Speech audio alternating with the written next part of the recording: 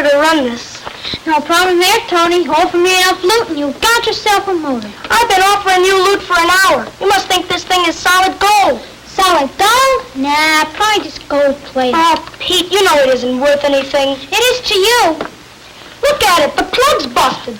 I'd have to figure out a way to gear it way down, and we don't even know if it works yet. So, just keep it then. It probably isn't any good anyway. But I will give you my pen and pencil set. Nah, who wants to write? Aw.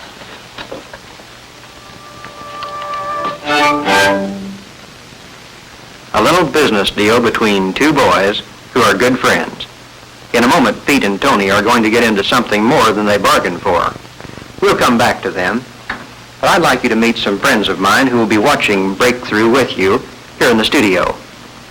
There's Sam Van Gundy, Libby Sparling, Janie Wheeler, and Joe Long. And I'm Gene Atkins. Later in our Breakthrough program, the five of us here in the studio are going to talk about what's happening to Pete and Tony. But now let's return to Pete's bedroom in a city apartment house and see how the deal is progressing. Are you all set? Mm-hmm. Pete, we might as well give up anyway. What do you mean? Well, I found something out today. Clark's entering a yacht model this long. It's really something. Lord, how can he enter the junior hobby contest? He doesn't even have a hobby. Yeah, but his big brother does.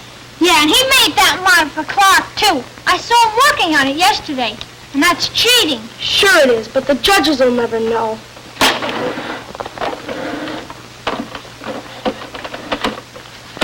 That burns me up. What's the use of trying to do things right?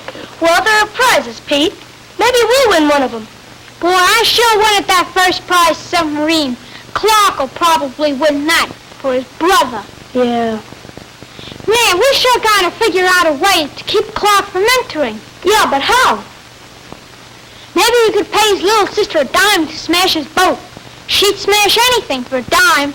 Yeah, but then she'd tell who gave her the dime. Her brother's pretty big. And anyway, that wouldn't be too honest. Phooey, you know what my Uncle Fred says about being honest? He says guys that try to be honest always have empty pockets. Yeah? Brother, am I honest. Say, you should talk a lot about your Uncle Fred. Boy, he's great. But if my father was like him, we'd have more money. Then I could have built something real big. As it is, I don't even have a half a buck for new paintbrushes. Yeah, and I don't even have a motor. Some pal you are, Pete. Just looking out for my interests. All right, I'll give you my pen and pencil set and my catcher's mitt. Nope. Hey, Pete, I've got to go. All right, listen, meet me in the fire escape in a little while. Maybe. My uncle's coming to supper. All right, well, I'll see what I can find to trade. I think we can get together.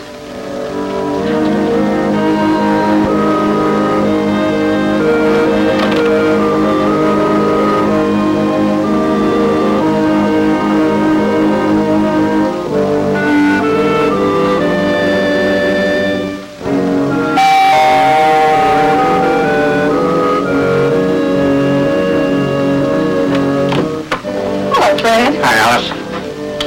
There's a little something to add to supper. I need your expert opinion. Walt should be home any minute, Fred. What is it? It's a new delicacy I'm putting in the delicatessen.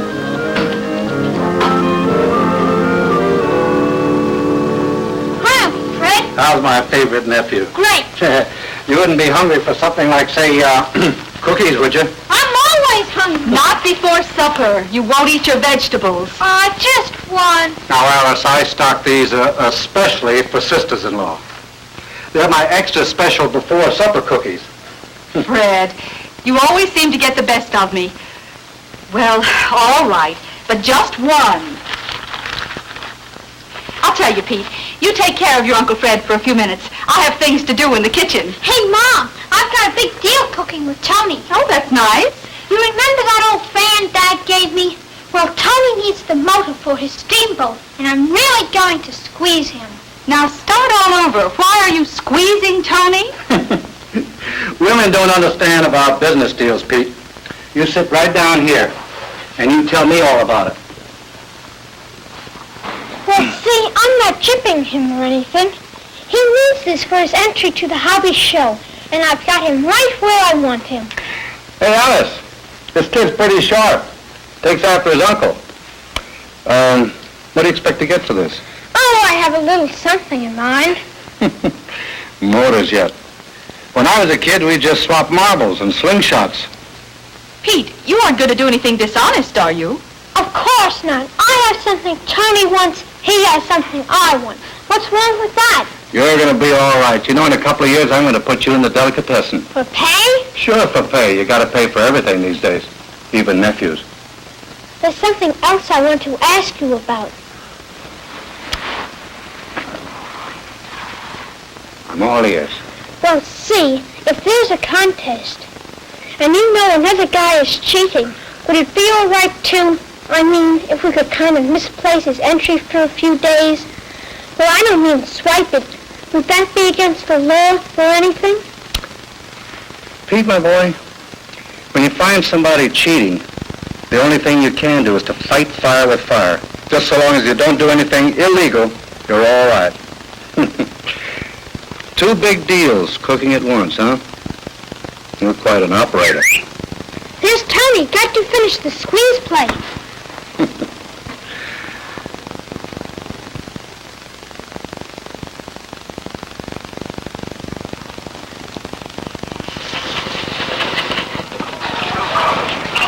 Pete, what are you after? Blood? You didn't even want that motor till you knew I did. So keep your old motor. Sure would look good. You know, that paddle wheel turning. You know, you could put some cotton behind it. Look like foam. You cut it out. How about my Boy Scout knife? Nope. I was thinking more like a watch. My watch? This was my birthday present. It cost $6.25 on special. Nobody's pushing you. Well, I guess I don't need this watch anymore. Here, you can have it. You know, Pete, we'd have it made if it wasn't for Clark's boat. Getting rid of Clark's boat is the next thing on my list. You mean you've got a plan? Yep. Here's the deal. Your flat is like this, except the fire escape is off the hole, right? Yeah, but... And Clark's brother works on his boat right by the window, right? Yeah? And tonight's the night Clark's whole family goes to the movie, right? Hey, yeah. But wait a minute. We're not gonna swipe it, are we, Pete? Nope, just hide it. Well, now how can we hide it without swiping? Easy. Their place is just like ours. You know that storage place for blankets and stuff above the front closet? Yeah? So who looks for blankets in the middle of the summer? Listen, Pete, this doesn't sound right to me. Right? What about him? My Uncle Fred says you've got to fight fire with fire. Now you go down first. Well, I thought you meant later. Well, we have to see if the boat's still there. I'll keep a lookout. Okay.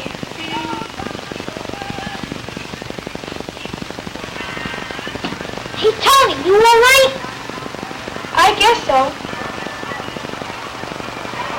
It's okay, come on. Shh. There it is. Look at all the Mexican engines. Okay, we saw it. Now let's get out of here.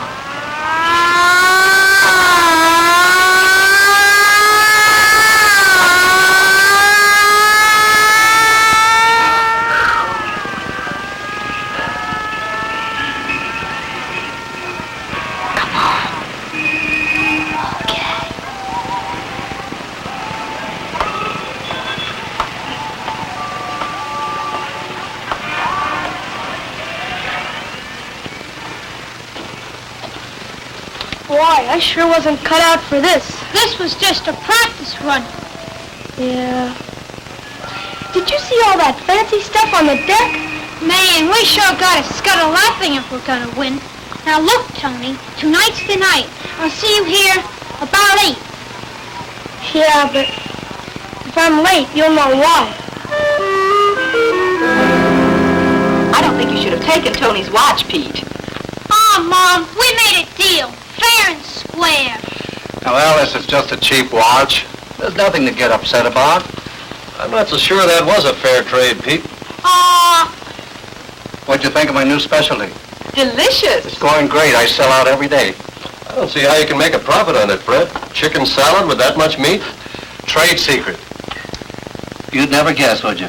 Guess what? That there wasn't enough chicken in that salad to make one good cackle. It's rabbit. Rabbit?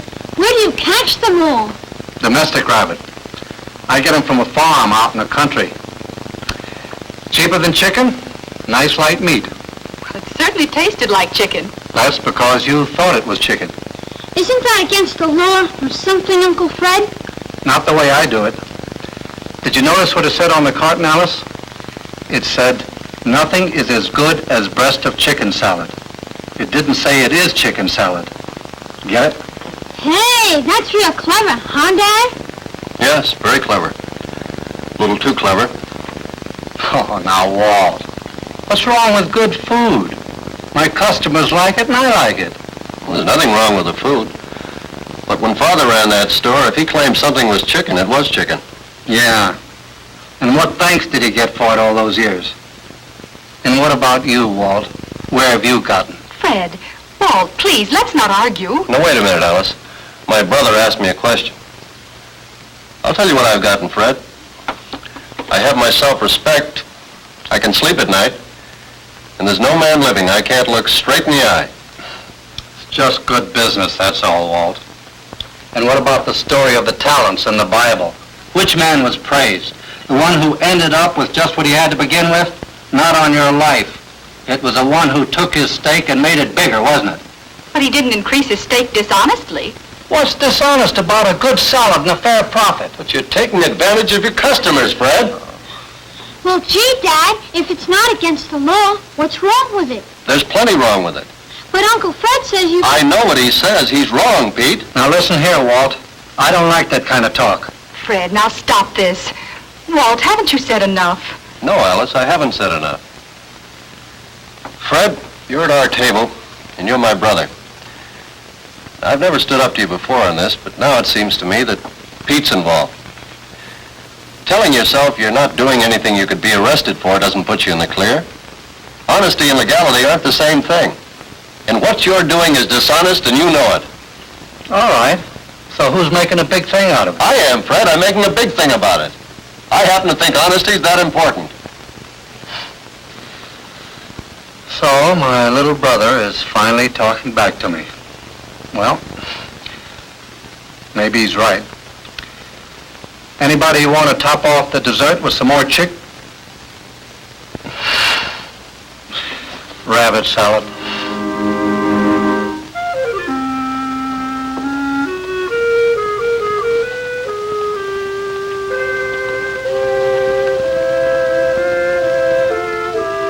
Something on your mind, Pete? Dad, I'd like to ask you a couple of questions. Sure. Come on over.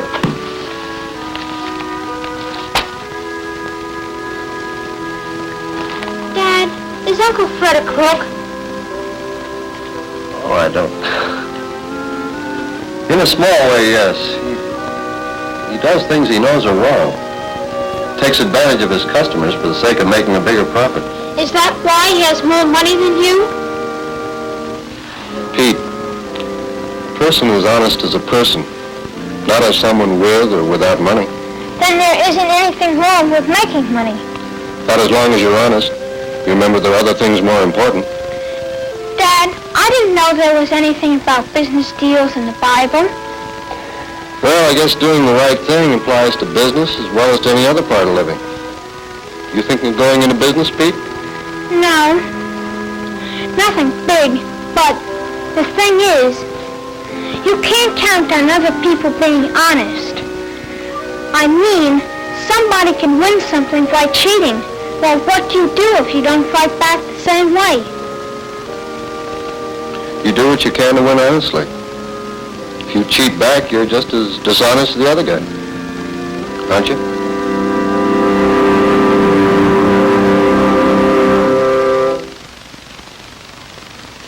Tony's going to be waiting for Pete out there in a few moments on the fire escape. After hearing all this table talk, what do you think he's going to do? He's going to probably try to talk Tony into not helping him to do that. Take the boat and hide it. Well, it's really hard to say because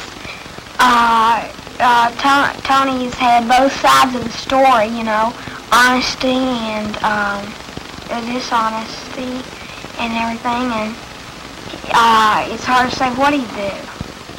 Why do you think talking about honesty and dishonesty would have any effect on his thinking?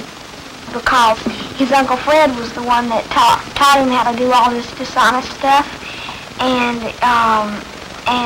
hearing his father talk to him about being dishonest and everything, and his uncle admitting it, well, that sort of changed the sides of the story. There are two deals going here. What's the other deal? About the watch. What about the watch? Well, Pete might tell Tony that it wasn't a very fair trade, and he'd try to get the motor back and give the watch back to Tony. You'd probably try to make a more even swap trade. Well, was there anything wrong with the swap? Well, I think that it wasn't fair because the watch would probably be worth more than the motor. And the motor was also broken. I mean, Peter knew it wasn't a fair deal, and that he wanted the watch so bad that he didn't care if it was or not. And on the part of trying to hide the boat, well, Tony knew that it wasn't right, and he wasn't afford to do it. But since he was his best friend, he said he might as well. How do you know Tony knew it wasn't right? Well, he didn't want to go along with it.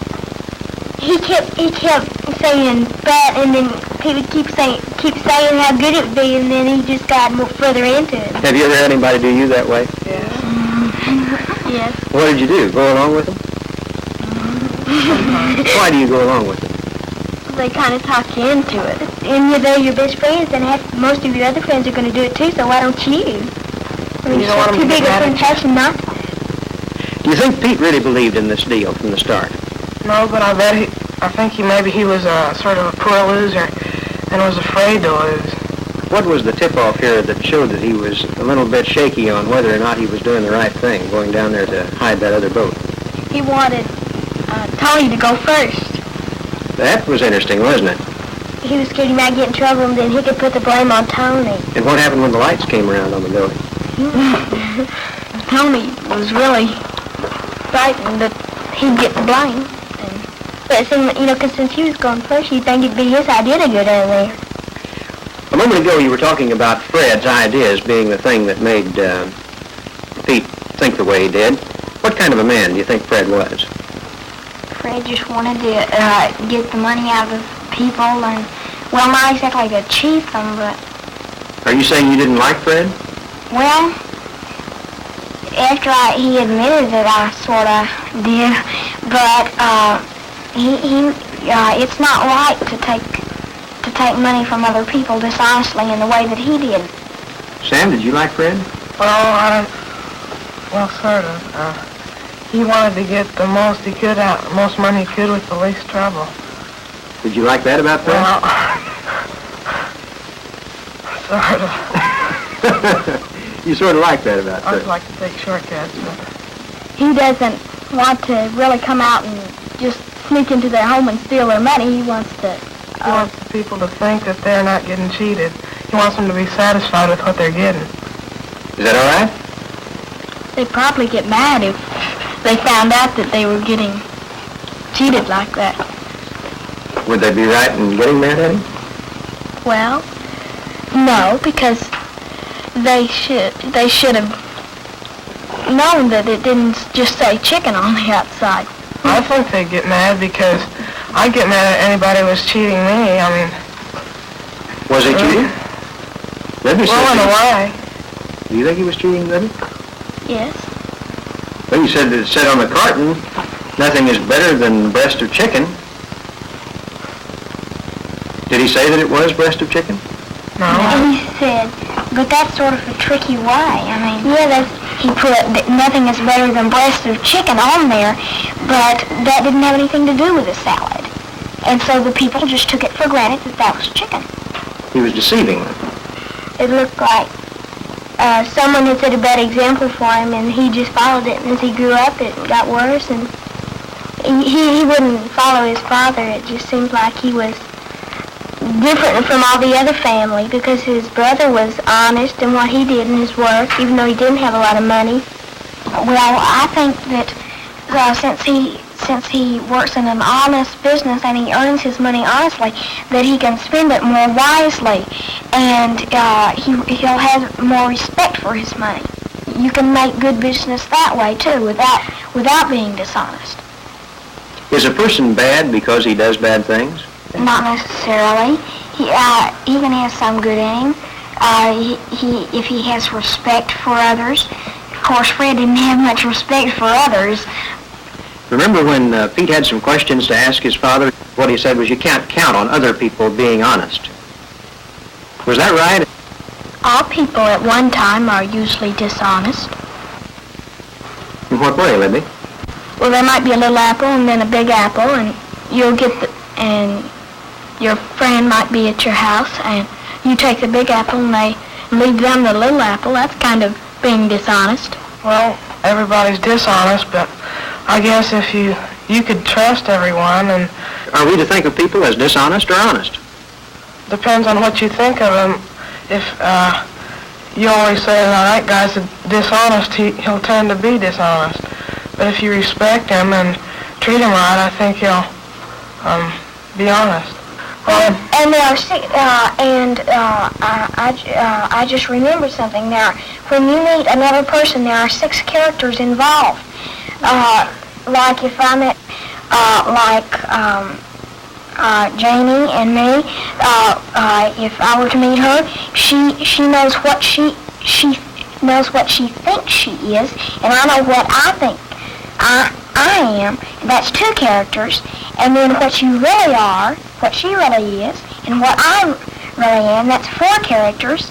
And what I think she is and what she thinks I am. But nobody can really tell if someone is dishonest or honest. It is just hard to tell. You could be honest or you could be dishonest. In a phase of life, you could be honest, or in another phase of your life, you could be honest. Well, if you think that everybody's dishonest all the time, then they'll think you're dishonest. What does this do to your friendships, Janie?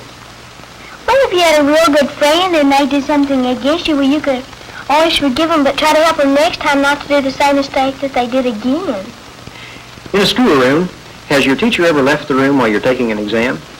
Mm-hmm. Yes, sir. What happens then? Everybody starts talking. What do you think about cheating on a test? If you look on someone else's paper, that's not your own work, and the teacher can't tell what you know and what you don't know.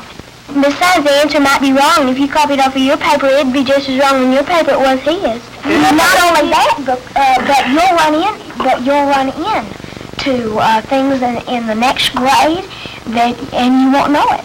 You just won't know it. But the teacher, if you marked it wrong on the paper, you go up and ask her about it. She could help you with it so that you know more about it. And the next year, if you ran into the same thing, well, you'd know what it responded with it. Well, you'd know what they were talking about, and it'd help you a lot if you knew what they were talking about. I think it hurts you more than it helps you because you don't really learn anything, and you're forming a bad trait, and you get to do that more and more until maybe you're known as a dishonest person, and people don't want to associate with you.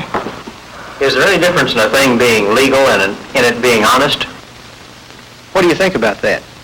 Well, if you find a penny on the ground that you know somebody lost, and you took it, that would be dishonest, but the policeman wouldn't get you for it. It would be illegal. No. Would you say that also?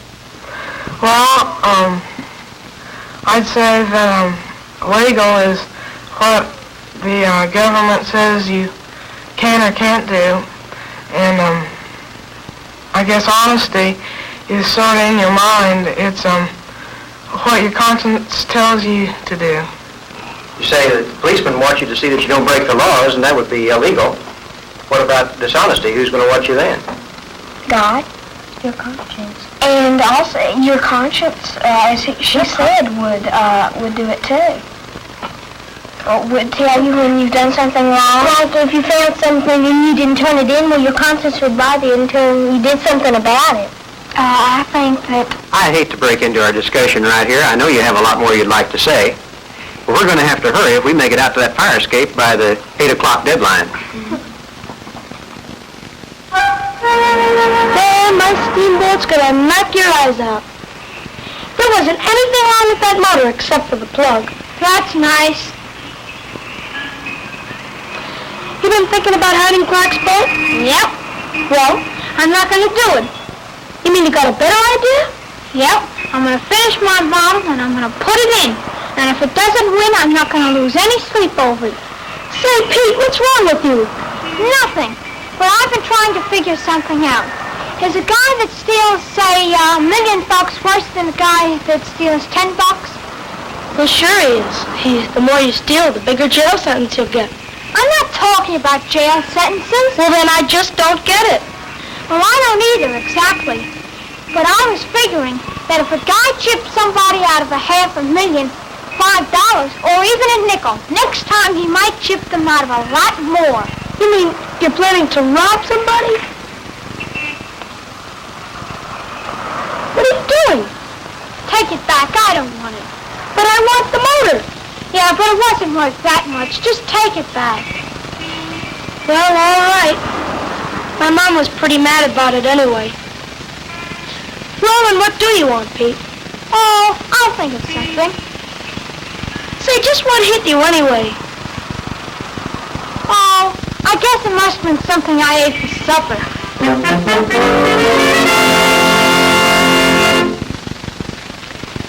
It doesn't take long to learn that there are conflicting codes of honesty. How can you know what is right? Well, so long for now, and thanks to Sam, Libby, Janie, and Joe for being with us this week. I'll see you again next week on Breakthrough.